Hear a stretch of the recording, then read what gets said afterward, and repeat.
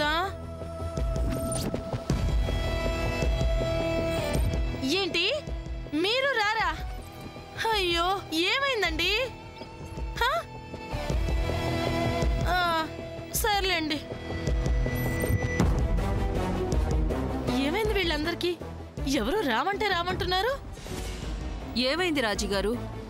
ఏమీ లేదు రత్నమాల గారు.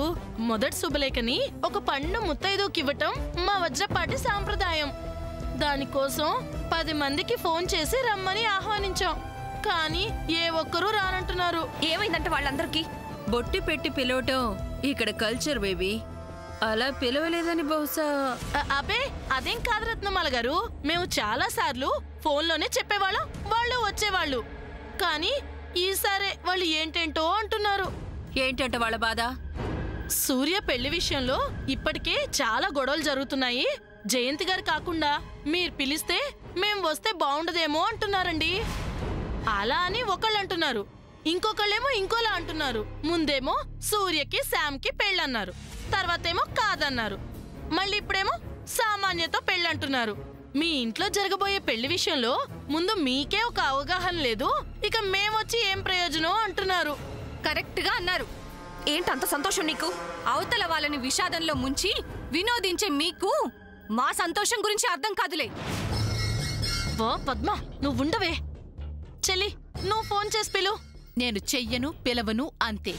ముత్తైదులు రాకపోతే ఎలా చెల్లి? నువ్వే ఇలా అంటే ఎవరొస్తారు చెప్పు? పోనీ నువ్వే రావచ్చుగా. అమ్మా, ఎవ్వరూ రారులే కాని నీకు కంఠశోష ఎందుకు? ఇంటిళ్ళ పాది సంతోషంగా జరుపుకునే సంబరాలకు రమ్మంటే ఎవరైనా వస్తారు. కానీ ఇలా బ్లాక్ మెయిల్ చేసి పెళ్లి చేసుకోవాలని ఆలోచించే వాళ్ళ కోసం ఎవరొస్తారు? పద్మ. అమ్మా సమంత,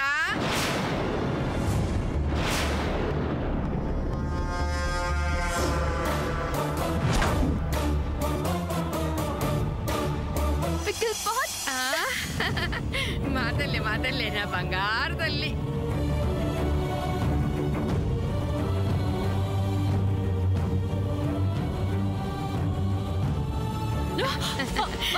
బామ్మగారు, అరే భలే సమయానికి వచ్చారే. బామ్మ కాదు, భామ, సత్యభామ.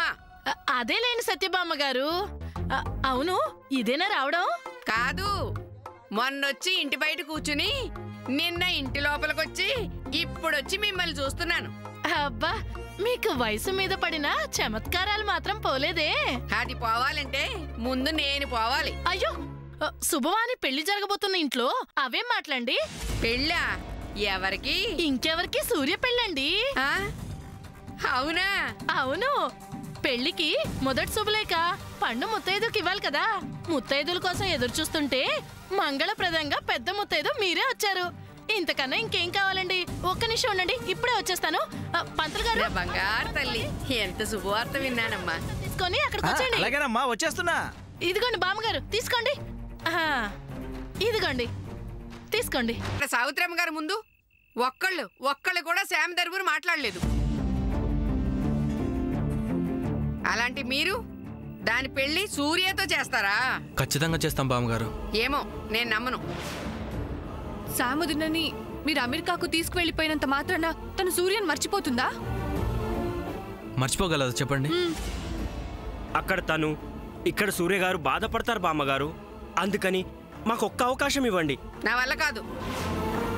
అయినా సమంతం తీసుకెళ్ళకపోతే వాళ్ళ నాన్న నన్ను తిడతాడు.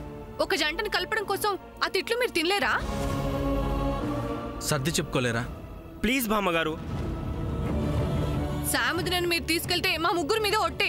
ఆహా, ఇలాంటి వాటికి నేను అసలు లొంగను. సూర్య బాధపడతాడు బామ్మగారు. ఏమిటి బాధపడేది? బాధపడేవాడే అయితే కథ ఎంతవరకు వచ్చేదా? ఇదిగో చూడు, ఆ సూర్య వచ్చి నన్ను బ్రతులాడినా నేను ఒప్పుకునేదే లేదు, అంతే. బామ్మగారు,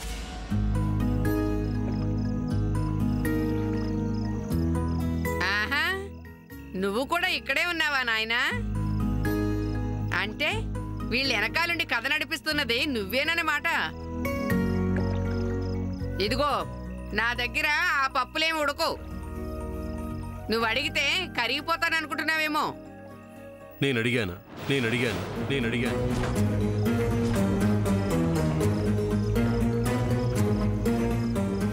అడగాలనేగా వచ్చావు? లేదు, నేనేమీ అడగలేదు. ఏది మంచో ఏది చెడో మీకే తెలుసు. తను ఎక్కడుంటే ఆనందంగా ఉంటుందో, ఎవరితో ఉంటే సంతోషంగా ఉంటుందో మీరే ఆలోచించుకోండి.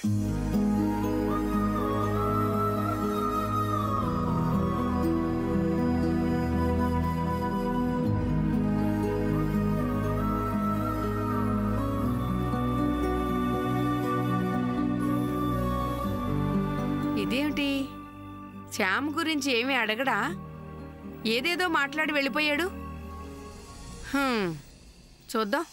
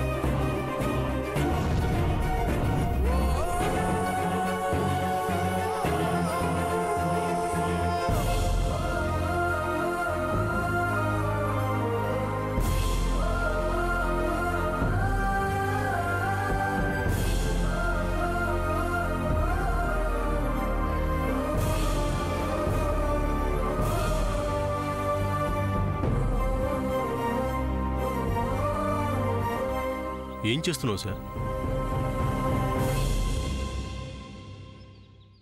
ఏం లేదు. నో, ఏదో ఉంది. చెప్పొచ్చు కదా. సూర్యకిరణాల్ని, సూర్యుణ్ణి నా అరచేతిలో పట్టుకుందామని ట్రై చేస్తున్నాను. బట్ నా వల్ల కావట్లేదు. అయినా సూర్యుణ్ణి నా చేతిలో బంధించాలనుకోవడం నా అవివేకం కదా. ఆ సూర్యుడిని పట్టుకోలేకపోతే ఏం సార్?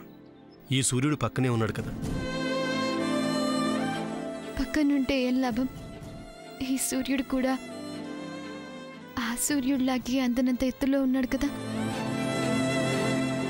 ఈ సూర్యుడు ఎప్పుడు నీ పక్కనే ఉంటాడు. మధ్యలో అడ్డుపడే మేఘాల గురించి నువ్వు కంగారు పడకు. అవి వచ్చాయి కాబట్టి పోతాయి. నువ్వు మాటలు బాగా చెప్తావు. సరే, మాటలు చెప్పను గాని నేను లాంగ్ వాక్కి వెళ్తున్నాను. ఇది నాతో కాదు, నువ్వు చెప్పాల్సిన వాళ్ళు వేరే ఉన్నారు. నేను ఎవరికి చెప్పి వెళ్ళాలో, ఎవరిని నా వెంట తీసుకెళ్లాలో నాకు బాగా తెలుసు. వాకింగ్కి వెళ్తున్నాను. వస్తావా? వస్తావా రావా? చెప్పు. సరే, చూసుకో.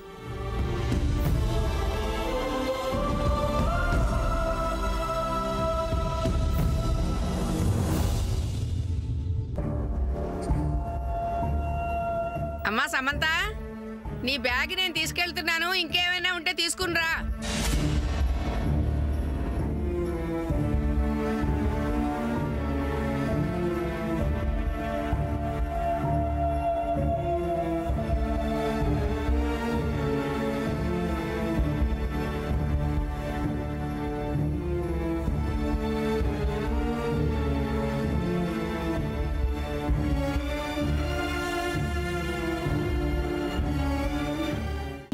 కన్నీటిగా చేసి కష్టాలను ఇష్టాలుగా మార్చి కాలమనే